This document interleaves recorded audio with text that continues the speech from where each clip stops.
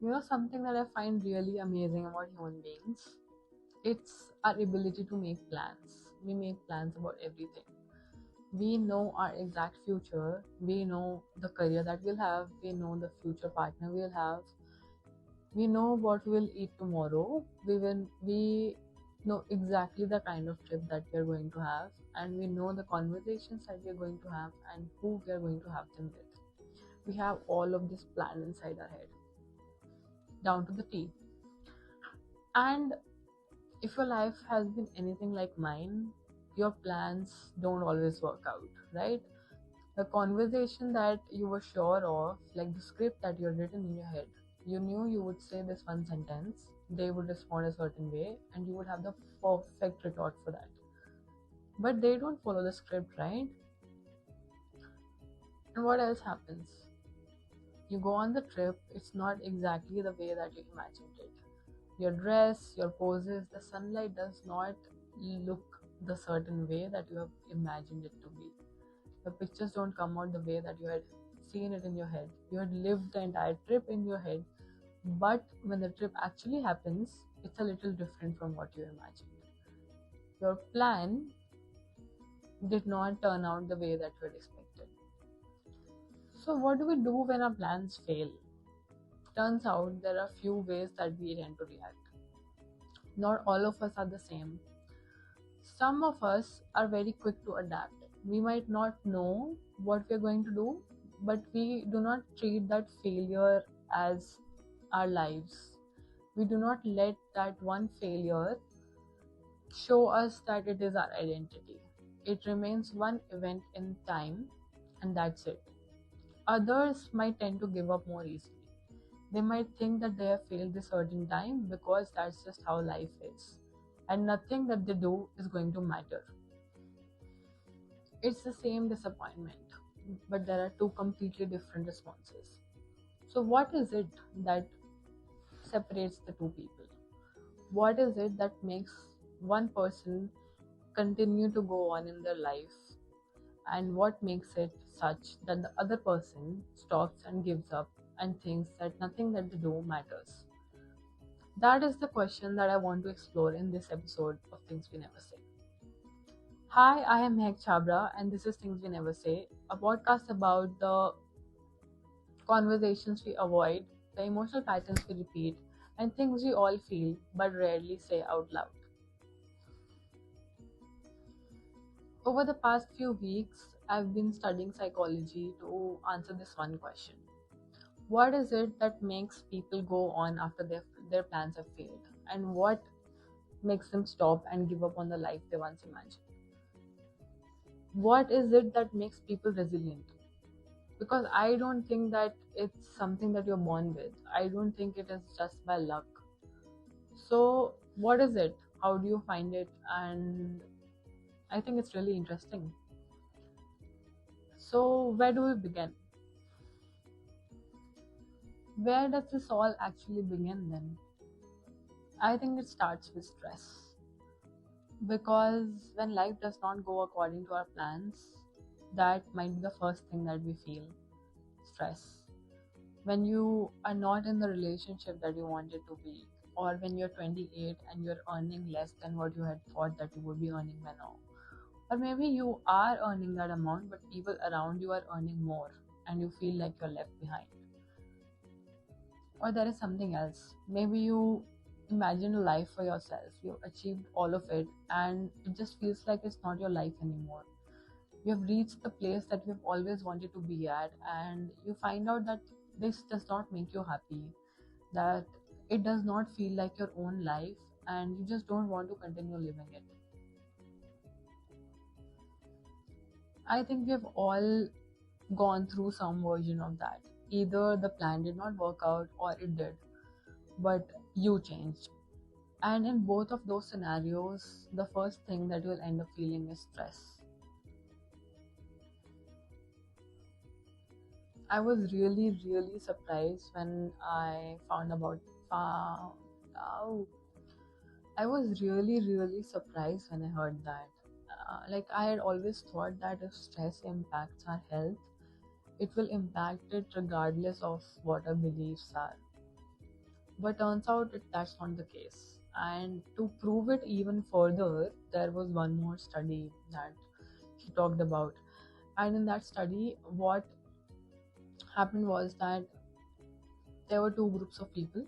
The first group was told that when you experience stress response from your body, like your heart beating fast or sweaty palms or anything else that you might experience when you have stress, don't don't treat it like a bad thing. Treat it like your body preparing you for a challenge, like it is a healthy thing that is happening to you. And the other group was not told anything like that. And both of those groups were sent to a place that would normally cause a lot of stress. They were asked to do public speaking with like cameras on their face, spotlight really on them, and there were experts sitting in front of them who were supposed to give them very judgmental looks and disapproving looks. And right after that, if that is not enough, they were asked to give like a math test.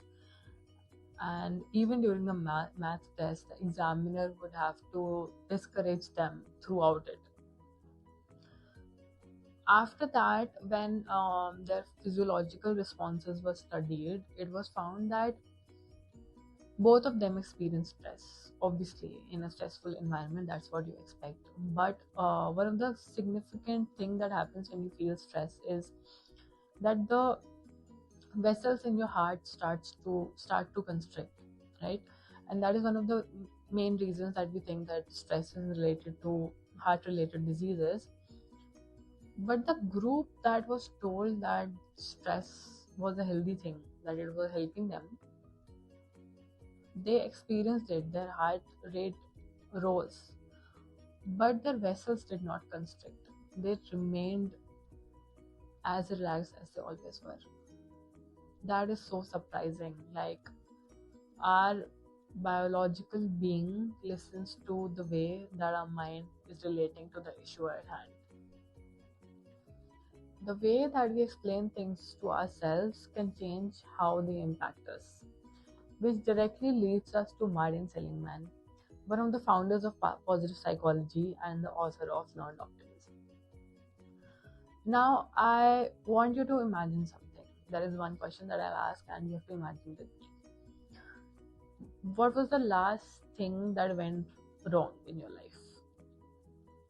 Like a vacation or a conversation, or I don't know, maybe your drive to work, something like that.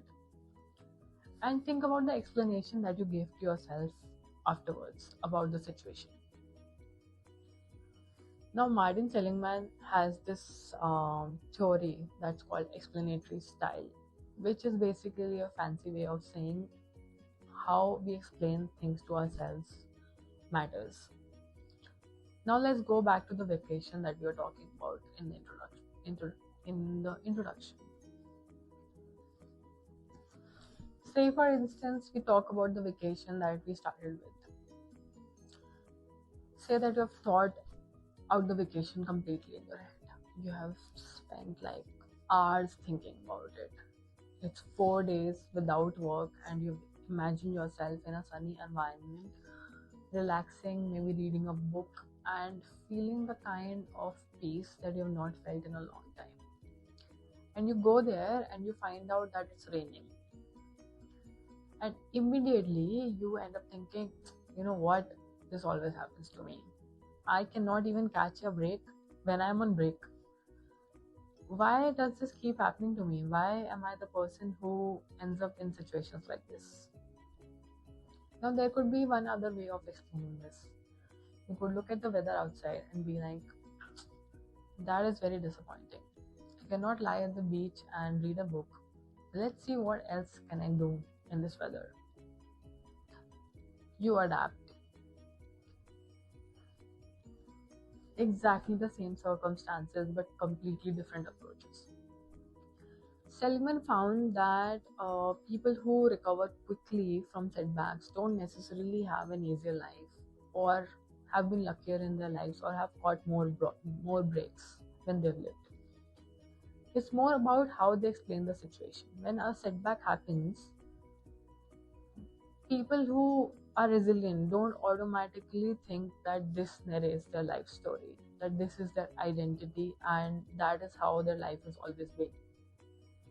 They see it as a one off incident and they move on from that. It doesn't stop there though, it happens for the good events as well. In the good events, the people who are more resilient tend to think in always and nevers. As in, like,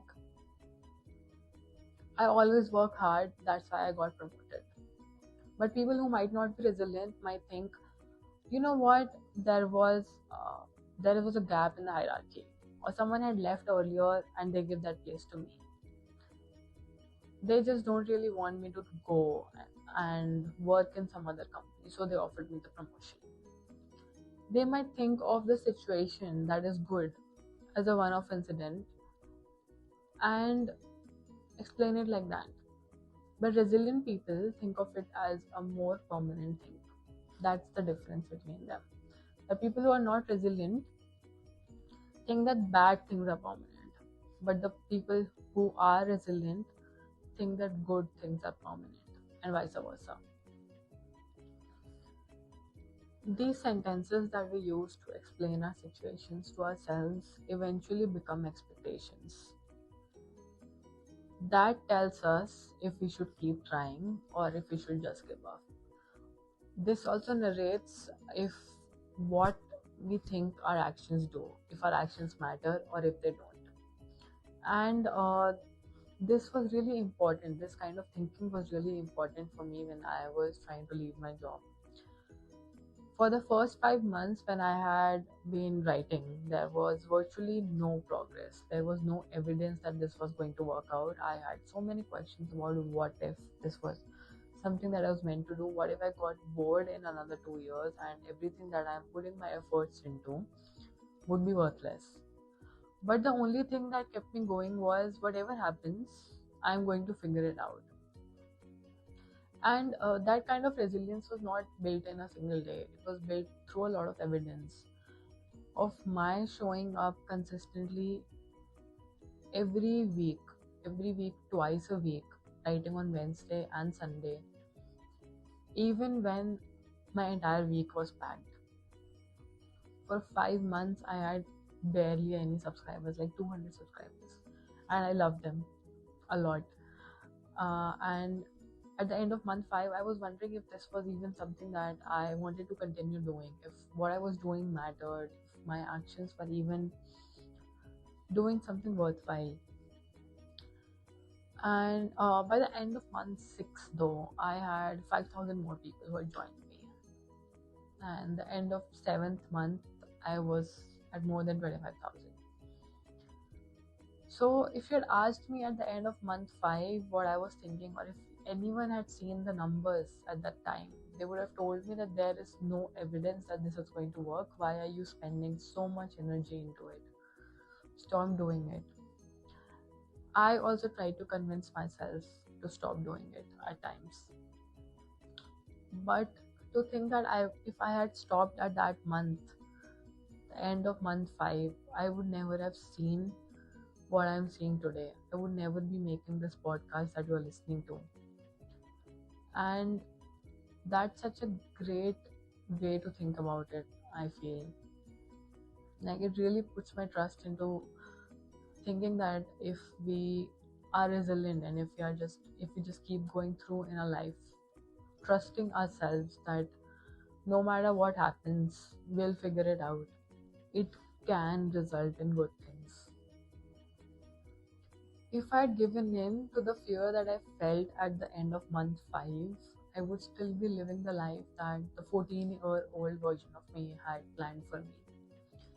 A perfectly reasonable life, a stable one as well, but not one that felt like mine. That's something that I think the fear of failure really takes away from us. It does not just take away our success, it takes away our chance of even trying to do something that is meaningful to us. It stops us from even trying to reach our full potential. And talking about fear of failure, I want to talk about the evolution of fear that we have gone through. Something that Michael Easter mentions in his book, The Comfort Crisis. If you really think about the lives that our ancestors led, fear of failure starts making a lot of sense. Because failing for them would have meant death in a lot of scenarios. There were wild animals, predators, poisonous fruit, natural landscape that you could not really trust, disasters, fear from different tribes and attacks from them. And if you failed at any of this or any number of other things, you could have wound up dead. So our brain did what it does best. It trained us for survival. And fear of failure really, really got here in our brains. And the thing is that even though there are no predators hunting us today, there is still fear of rejection, fear of not being good enough, and fear of not being accepted. But the brain treats the two as the same. Being hunted and getting a disapproving look from your boss during a presentation is kind of like the same in our brain. Our brain has not evolved to understand the failures of modern days. That's kind of why we are not so scared of something that is pretty modern, like car accident, but we are still scared of heights. And we have a very good way of identifying danger in the way of rustling of bushes or snake rustling through. We might see that very fast. That is what our brain has. Even while recording this podcast, I am feeling that fear of failure, like thinking, what if it is not good enough? What if I say something wrong? What if people don't like it? But there is something that I'm slowly realizing. Just because my brain tells me that something is dangerous does not mean that it automatically is. There is a conversation that Michael Easter has with a person named Elliot in his book, which really talks a lot about this fear of failure and what we can do about it and how it relates to resilience. So he says that we have this big potential of circle, big circle of potential. And this person in this book, his name is Elliot, he talks very beautifully about this fear of failure and how it can impact our lives and why we don't leave our comfort zones. So he talks about this big circle that represents our complete potential. But when we live our lives, we usually live near the center, like here. This is our comfort zone and this is the potential. We tend to never go to the edges of it, right? We don't see what the edges of our potential can be. We just keep living in the center and we don't apply for the job that we want. We don't start a business. We don't go into the field that we keep dreaming about. We don't venture out into the unknown. And it relates to resilience. I'm coming to that. So how can resilience be built? And how going towards the edges relates to it? He introduces this amazing concept called misogi, and according to the way that he has been living it's very simple. It's doing something once a year that is completely outside of your comfort zone, like completely. And there are two rules to it, right? The first one is that it has to be incredibly hard, and the second is you can't die. Two rules, very simple. Now, how do you decide that something is incredibly hard and is worth it to be your misogi? The first thing that he says is, for it to be incredibly hard, you cannot see it as something that you can easily succeed at, right? The chances of your success if you do everything right have to be somewhere around 50%. So for example, if you think of a 25 miles run, and if you are practicing for this by going on 20 miles run every day, and you're logging in around 40 to 50 miles per week, it's not a misogi, because you're prepared for it. The chances of your failure are very low. If instead you have only ran like 10 miles per hour, you think if you push yourself you might reach 15, and you are really really iffy about the fact that you might reach 20, then 25 miles becomes your misogi. Now when I read it for the first time, I was like, why would anyone intentionally put themselves through it? I mean, what is the point? That exactly is the point. To go through something to show yourself that you have a potential that's greater than what you have ever imagined for it to be. Even if you fail, even if you don't reach the entire 25 miles, even if you reach only 20, it's still double the potential that you used to have. And that tells us about reaching the edges. The edges of your potential builds resilience. It's kind of like if a swimmer tries to run, there's a very good chance that he would be able to run for a long time. Why would that be? Because when swimming, he has built his muscles like that. His cardiovascular muscles are built in a way that when he runs, he will not face a lot of trouble. It's the same with resilience. When you go out into the world and do an incredibly difficult thing, your muscle for resilience builds.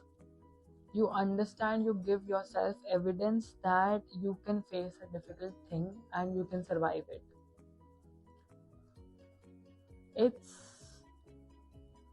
really great for your brain to know that something uncomfortable can happen, something so out of your comfort zone can happen, something that you never thought that you would be able to achieve can happen, and you can still survive it.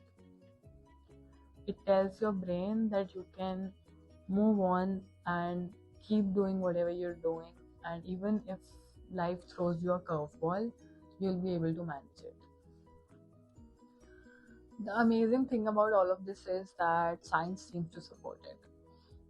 There was a study done on 2,500 people, on a broad spectrum of people who basically represented America at the time of the study, and they went on to study all of them, and they found out that people who had had some kind of adversity in their life, some not constant hardships or some uncomfortable trauma for years, just some adversity in their life, if they had had that, they would have higher life satisfaction later in life.